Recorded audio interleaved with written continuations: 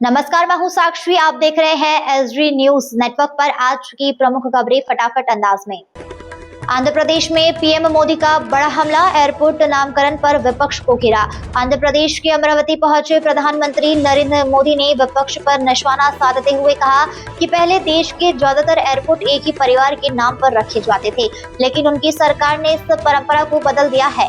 उन्होंने अयोध्या एयरपोर्ट को महर्षि वाल्मीकि, पंजाब एयरपोर्ट को संत रविदास और आंध्र के नए एयरपोर्ट को स्वतंत्रता सेनानी अल्लूरी सीताराम राजू के नाम से जोड़ने का जिक्र किया है। इस दौरान पीएम मोदी ने भोगपुरम एयरपोर्ट समेत करीब 18,000 करोड़ रुपए की विकास परियोजना का उद्घाटन और शिलान्यास भी किया है।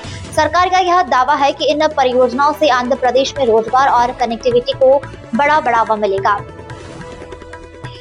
E20 पेट्रोल के खिलाफ आपका आंदोलन तेज, पीएम आवास मार्च का ऐलान। आम आदमी पार्टी ने E20 ईंधन को लेकर केंद्र सरकार के खिलाफ मोर्चा खोल दिया है।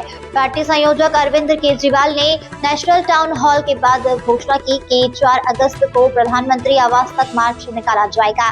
केजरीवाल का यह कहना है कि लोगों को पेट्रोल पंप पर E20 और शुद्ध पेट्रोल में से चुनाव का अधिकार मिलना चाहिए। उन्होंने सवाल उठाया है कि यदि E20 पूरी तरीके से फायदेमंद है तो विवाद क्यों हो रहा है, और अगर इसके नुकसान की आशंका है तो इससे लोगों पर क्यों थोपा जा रहा है। आपने ईंधन की कीमतों में कटौती की मांग भी की है। कश्मीर में आतंकियों का फिर कायराना हमला, 2 हिंदू मजदूरों की हत्या।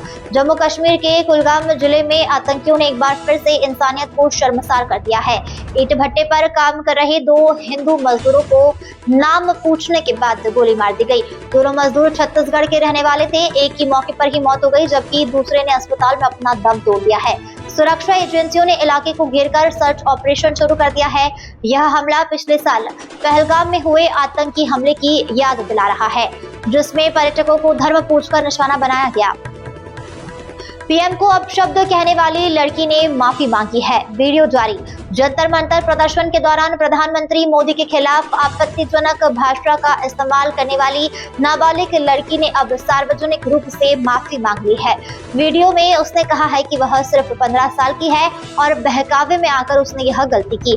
उसने इसे अपनी पहली और आखिरी गलती बताया है। दूसरी ओर कॉकरोच जनता पार्टी के संस्थापक अभिजीत दीपके ने सवाल उठाया है कि माफी के बाद क्या सरकार उसके खिलाफ दर्ज केस वापस लेगी। फिलहाल राजनीतिक और कानूनी दोनों स्तर पर चर्चा का विषय बना हुआ है। संदिग्ध आतंकी मॉडल पर कार्रवाई, युवती गिरफ्तार। पश्चिम बंगाल एसटीएफ ने जैश ए मोहम्मद से जुड़े हुए संदिग्ध आतंकी हमीम मंडल की गिरफ्तारी के बाद झारखंड के साहिबगंज से एक युवती अर्पिता सरकार को गिरफ्तार किया है। जांच एजेंसियों का दावा है कि दोनों के बीच लंबे समय से संपर्क था और डिजिटल चैट रिकॉर्ड मिली है। एसटीएफ यह भी जांच कर रही है कि क्या हनी ट्रैप के जरिए संवेदनशील जानकारियां जुटाने की कोशिश की जा रही है। फिलहाल युवती को पूछताछ के लिए पश्चिम बंगाल ले जाया गया है और जांच जारी है। यूपी में बारिश का असर जारी, बलिया में नदी में समाये 9 मकान। उत्तर प्रदेश में मानसून भले कुछ धीमा पड़ा हो, लेकिन नदियों का जलस्तर अभी भी चिंता बढ़ा रहा है। बलिया में सरयू नदी के कटाव से एक ही दिन में 9 मकान नदी में समा गए हैं, जबकि सैकड़ों लोग सुरक्षित स्थानों पर जाने को मजबूर हैं।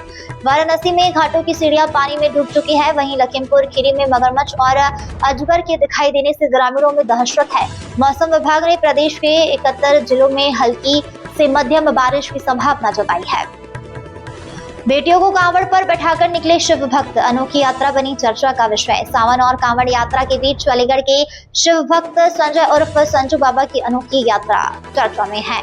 वे अपनी 8 साल की बेटी और 7 साल की भांजी को अलग अलग कांवड़ में बैठाकर हरिद्वार से पैदल लौट रहे हैं। उनका कहना है कि यह यात्रा बेटियों के सम्मान और संस्कार का संदेश देने के लिए की गई है। दूसरी ओर यूपी पुलिस भी पूरी तरीके से अलर्ट है। कांवड़ मार्गों पर सीसीटीवी और एआई कैमरे से निगरानी की जा रही है ताकि यात्रा शांतिपूर्ण और सुरक्षित बनी रहे। पप्पू यादव ने साधु वेश पर संत समाज नाराज, कई जगह विरोध। संसद परिसर में राम मंदिर चढ़ावा चोरी के मुद्दे पर साधु के वेश में प्रदर्शन करने वाले सांसद पप्पू यादव के खिलाफ संत समाज ने मोर्चा खोल दिया है। मथुरा और वाराणसी समेत कई जगहों पर साधु संतों ने विरोध प्रदर्शन किया, पुतला फूंका और तस्वीरों पर चप्पलें भी बरसाई है। संतों का कहना है कि राजनीतिक विरोध अपनी जगह है, लेकिन सनातन परंपरा और साधु संतों के वेश का राजनीतिक इस्तेमाल स्वीकार नहीं किया जाएगा। मामले ने अब धार्मिक और राजनीतिक दोनों रंग ले लिया है। यूपी पुलिस की दरोगा ने कॉमनवेल्थ में जीता गोल्ड। भावुक कर देगी कहानी। गाजियाबाद में तैनात महिला दरोगा अस्मिता डे ने कॉमनवेल्थ गेम्स 2026 में जुड़े प्रतियोगिता में गोल्ड मेडल जीतकर देश का नाम रोशन किया है। जीत के बाद अस्मिता भावुक हो गई और उन्होंने अपने संघर्ष को याद किया है। उन्होंने बताया है कि उनके पिता साइकिल मैकेनिक थे और वे परिवार ने कठिन परिस्थितियों में उनका साथ दिया है। पिता के निधन के बावजूद उन्होंने हिम्मत नहीं हारी। स्पोर्ट्स कोटे से यूपी पुलिस में भर्ती हुई अस्मिता ने अपनी सफलता का श्रेय परिवार और मेहनत को दिया है। अमेरिका, इजराइल और ईरान में बड़ा तनाव, हमले की आशंका। मध्य पूर्व में तनाव एक बार फिर से बढ़ता नजर आ रहा है। अमेरिकी मीडिया रिपोर्ट्स के मुताबिक अमेरिका और इजराइल ईरान के ऊर्जा ढांचे पर बड़े हमले की तैयारी कर सकते हैं।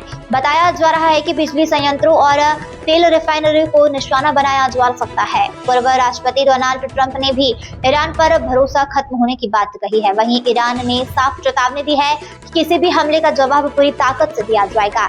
ऐसे में दुनिया की नजरें अब मध्य पूर्व की स्थिति पर टिकी हुई है। इस अंक में फिलहाल इतना ही। अगले अंक में आपसे फिर होगी मुलाकात। तब तक के लिए मुझे दीजिए इजाजत। नमस्कार।